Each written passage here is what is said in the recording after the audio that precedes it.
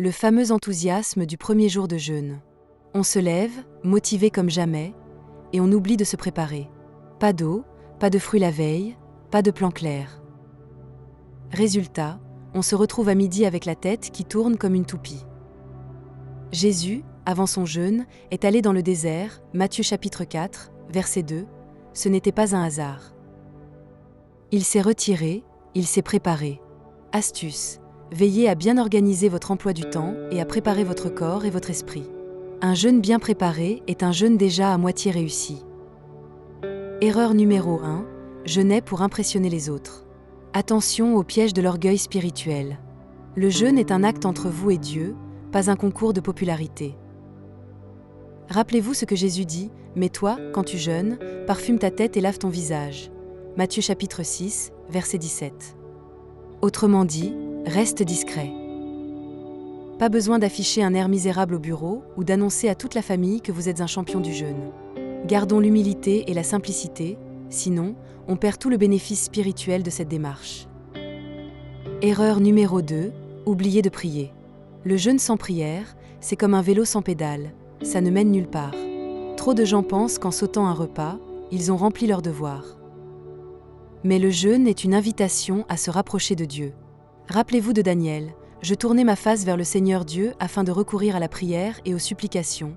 Daniel chapitre 9, verset 3. Sans prière, on fait juste un régime sec. Alors, pendant le jeûne, prenons des moments pour prier, méditer, écouter. Sinon, autant jeûner parce qu'on a oublié son portefeuille à la maison. Erreur numéro 3, jeûner sans écouter son corps. Le Seigneur nous donne un corps, et il faut en prendre soin. Écoutez les signaux, fatigue extrême, étourdissement, malaise. Ce n'est pas de la faiblesse, c'est de la sagesse de s'arrêter quand c'est nécessaire. Paul nous rappelle, ne savez-vous pas que votre corps est le temple du Saint-Esprit ? 1 Corinthiens chapitre 6, verset 19. Le jeûne ne doit pas devenir un martyre inutile. Si votre corps tire la sonnette d'alarme, répondez-lui avec bienveillance. Erreur numéro 4, se focaliser sur la nourriture. On commence à rêver de pizza, de chocolat, de tarte, et on oublie pourquoi on jeûne. Le but n'est pas de fantasmer sur le buffet à venir, mais de se recentrer sur Dieu.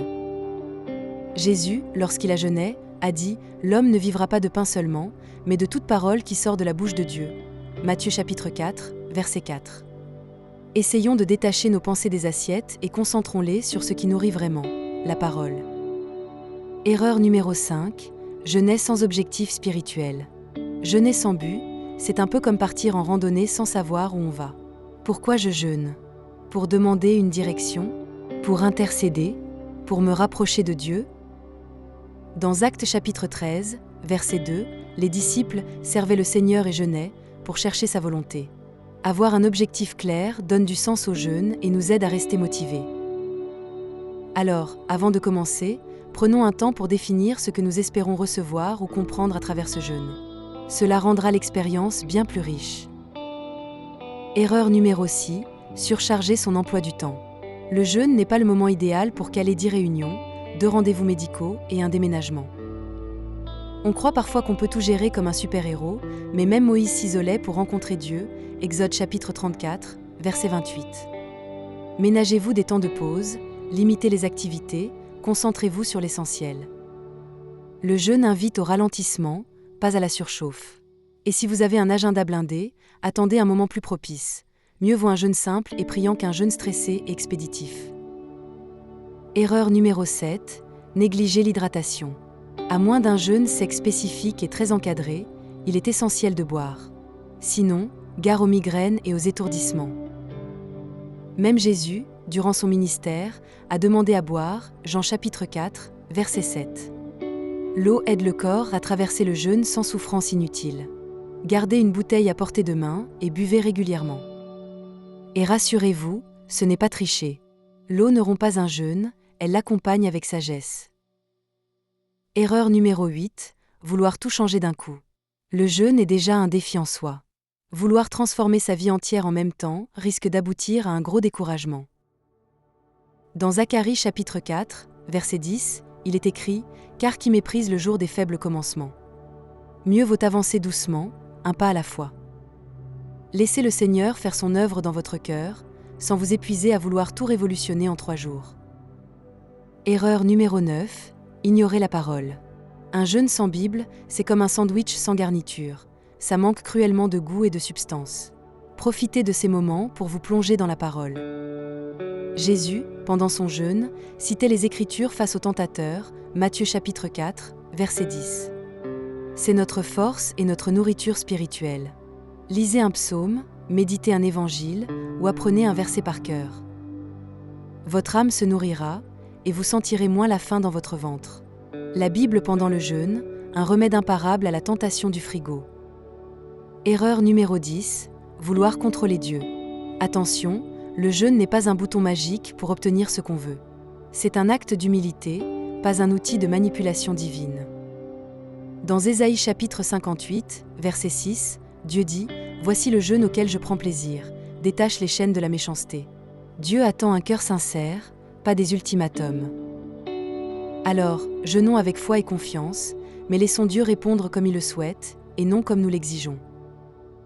Erreur numéro 11, s'isoler de manière excessive. Chercher Dieu, oui, s'enfermer dans une grotte sans parler à personne pendant une semaine, non. Le jeûne n'est pas une punition ou une fuite du monde. Même Jésus, après avoir prié seul, allait vers les foules, Marc chapitre 1, versets 35 à 39. Le jeûne nous fortifie pour mieux aimer et servir les autres. Alors, gardez un équilibre, un temps avec Dieu, un temps avec vos proches. Sinon, gare au jeûneur grognon qui fait fuir tout le voisinage. Erreur numéro 12, négliger le retour à l'alimentation. À la fin du jeûne, ne sautez pas sur le premier kebab venu. Votre corps a besoin de reprendre en douceur. Soupe, fruits, aliments légers, soyez doux avec votre estomac. Dans Genèse chapitre 25, verset 34, Ésaü mange précipitamment et regrette amèrement sa précipitation. Ne reproduisons pas son erreur. Un jeûne bien terminé prolonge ses bienfaits, alors prenons le temps de revenir à une alimentation normale. Votre corps et votre digestion vous remercieront. Erreur numéro 13, comparer son jeûne à celui des autres. Chacun son chemin, chacun son appel. Ce qui compte, c'est la sincérité du cœur. Paul écrit « Chacun examine ses propres œuvres » Galates chapitre 6, verset 4. Dieu ne fait pas de classement entre les jeûnes. Ce n'est pas un marathon spirituel. L'essentiel est de se présenter devant Dieu tel qu'on est, avec nos forces et nos limites. Soyez en paix avec votre jeûne, qu'il dure un jour ou plus longtemps. Erreur numéro 14, oubliez l'amour du prochain. Jeûner et râler sur tout le monde, ça ne va pas ensemble. Si votre jeûne vous rend irritable, posez-vous et respirez. Dans Ésaïe chapitre 58, verset 7, Dieu nous invite à partager notre pain avec celui qui a faim. Le jeûne doit ouvrir notre cœur, pas le fermer. Pourquoi ne pas profiter de ce temps pour encourager quelqu'un, appeler un ami, faire un don? Le vrai jeûne transforme notre relation avec Dieu et avec les autres. Alors, restons doux et pleins d'amour, même avec un ventre vide. Erreur numéro 15, oubliez la joie. Et enfin, la plus grande erreur, jeûner avec une mine de 6 pieds de long. Le jeûne n'est pas un enterrement. Il doit se vivre dans la paix et la joie. Jésus nous l'a bien dit, quand tu jeûnes, parfume ta tête, Matthieu chapitre 6, verset 17. Alors, mettez un sourire, une bonne attitude et réjouissez-vous de ce temps passé avec Dieu.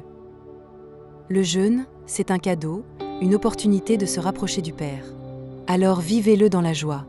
Vous verrez, ça change tout.